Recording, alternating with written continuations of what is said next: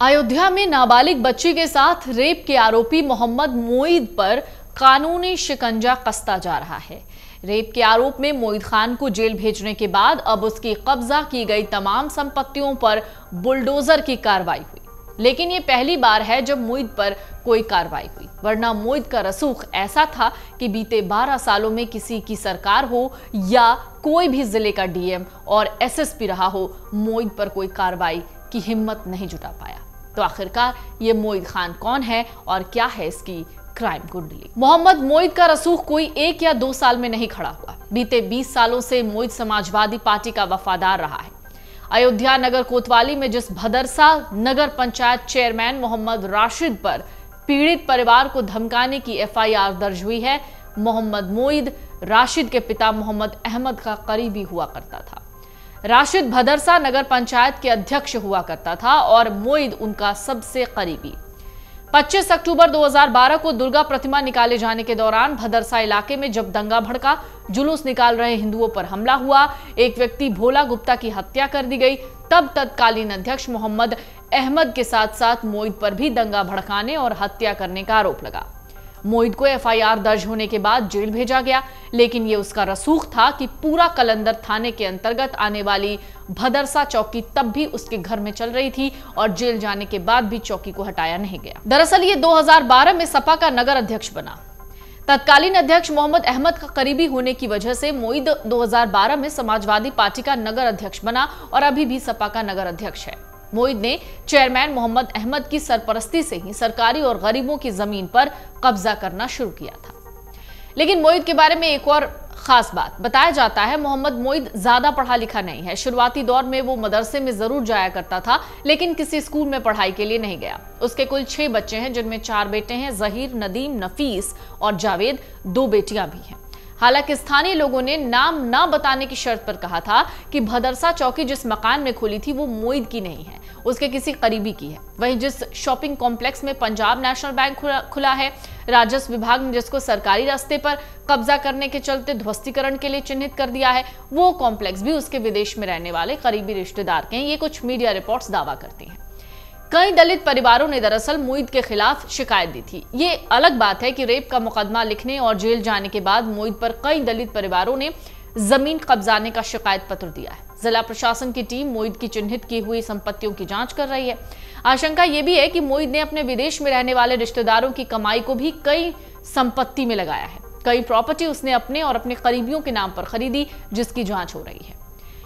तो मोईद खान की पहचान को लेकर सीएम योगी ने क्या कहा? मुख्यमंत्री योगी आदित्यनाथ ने 1 अगस्त 2024 उत्तर प्रदेश विधानसभा में इस घटना का जिक्र किया था। इस दौरान मुख्यमंत्री योगी ने कहा, यह मामला अयोध्या का है। इसका आरोपी मोईद खान समाजवादी पार्टी का नेता है। वो अयोध्या के सांसद अवधेश प्रसाद की टीम का सदस्य है। ये 12 साल की एक नाबालिग बच्ची के साथ दुष्कर्म के कृत्य में शामिल पाया गया है।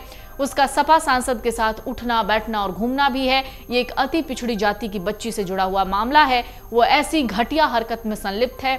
इसके बावजूद भी समाजवादी पार्टी द्वारा इसे हल्केपन में लिया जा रहा है। अभी तक समाजवादी पार्टी ने उसके खिलाफ कोई कार्रवाई नहीं की है। ये सीएम योगी ने विधानसभा में इस पूरी बात का जिक्र किया था। अयोध्या के sub divisional magistrate Ashok Saini कहते हैं, आरोपी मोईद खान की बेकरी के अलावा अन्य संपत्तियों के बारे में जानकारी जुटाने की जांच चल रही है। उन्होंने कहा, मोईद खान की बेकरी पर बुलडोजर एक्शन इसलिए लिया गया क्योंकि तालाब पर अवैध रूप से बनाई गई थी। अब मोईद खान की संपत्तियों के जांच के आदेश दिए गए हैं। राजस्व विभाग ने उसकी जमीन की जांच शुरू कर दी। मोईद की भदरसा में कई संपत्तियां हैं। मेन रोड पर उसकी बेकरी शॉप है। मोईद के एक मकान में बैंक चल रहा है। इसके अलावा कई दुकानें हैं जो किराए पर हैं। मोईद खान पर आरोप है उसने तालाब और सरकारी जमीनों पर अवैध कब्जा किया हुआ है। इतना ही नहीं, उस पर कई दलित परिवार की जमीनों को कब्जाने का आरोप है। मोईद खान के साथ साथ थाना प्रभारी रतन लाल शर्मा की संपत्ति और गतिविधियों की भी जांच की मांग उठी है। असल में अयोध्या के पूरा कलंदर थाना अध्यक्ष रतन लाल शर्मा और भदरसा चौकी इंचार्ज अखिलेश गुप्ता को इस मामले में मुकदमा दर्ज करने में आनाकानी के आरोप में सस्पेंड कर दिया गया है। मोईद खान को पूरा कलंदर थाने के प्रभारी रतन लाल शर्मा द्वारा संरक्षण देने की भी बात सामने आई है। पुलिस चौकी पर तैनात एक सब इंस्पेक्टर को भी निलंबित किया गया है। तो कैसे हुआ ये पूरा रेप कांड और किस तरीके से उसका खुलासा हुआ है। एफआईआर के मुताबिक मोईद खान और उसके घर के नौकर राजू खान पर अयोध्या के पूरा कलंदर इलाके में खान के घर पर दिहाड़ी मजदूर के तौर पर काम करने वाली 12 साल की लड़की के साथ गैंगरेप और ब्लैकमेल करने का आरोप है। मोईद खान और नौकर राजू ने गैंगरेप के वीडियो रिकॉर्ड किए और लड़की को धमकाने के लिए वीडियो रिकॉर्डिंग का इस्तेमाल किया। 2 महीने से ज्यादा समय तक मोईद खान ने बच्ची का शोषण किया और वीडियो वायरल कर देने की धमकी दी, उसे डराता रहा। पूरे मामले का खुलासा तब हुआ जब नाबालिग गर्भवती हो गई। मेडिकल जांच में ये बात सामने आई है। फिलहाल बच्ची अयोध्या अस्पताल में भर्ती है। तो कौन है अयोध्या रेप कांड की पीड़ित बच्ची?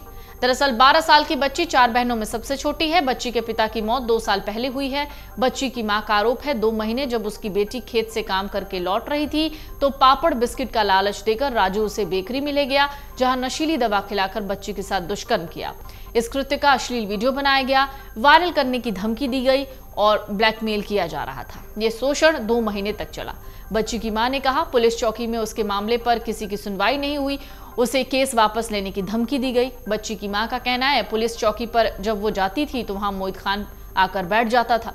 जब मामला थाने लेकर गई तो एसओ ने कहा कि आप एक नाम हटाने की धमकी भी दी गई और जब मीडिया में एप्लीकेशन घूमने लगा तो मामले पर संज्ञान लिया गया। बच्ची की मां का आरोप है सपा नेता ने बेटी के साथ दरिंदगी करने के बाद गर्भपात कराने की धमकी दी। बच्ची की मां ने उसके बाद मुख्यमंत्री योगी आदित्यनाथ से मुलाकात की, जिसके बाद कार्रवाई हुई। बच्ची की मां ने अब आरोपियों के लिए फांसी की सजा की मांग। अगर आप ये वीडियो YouTube पर देख रहे हैं तो हमारे चैनल को सब्सक्राइब करें और बेल आइकन को दबाना ना भूलें। अगर आप Facebook पर ये वीडियो देख रहे हैं तो हमारे पेज को लाइक करें।